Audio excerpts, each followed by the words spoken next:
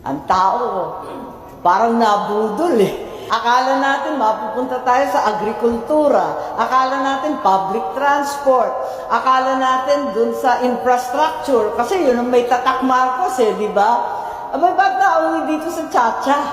Ang katotohanan dyan, dahil sa dami ng bagyo, ay naubos na. Presidente BBM, kung pwede nga lang, lahat ng mga pangako nyo sa mga mahihirap yung 20 pesos na bigas, na ito man din nyo napatupad. Kaya kung pwede lang, bumaba na lang kayo. Yung mga pinangako niya nung eleksyon, hindi naman nung natutupad eh. Sabihin, palawakan ng impounding, palawakan yung kulungan, simenteryo na lang. Yung palawakin nila. Bakit sementeryo? Kasi mamamatay na lang din naman kami sa gutom, hindi lalaban na lang kami. Dahil pinabayaan niya ang taong bayan, iniwan din siya ng mga ito.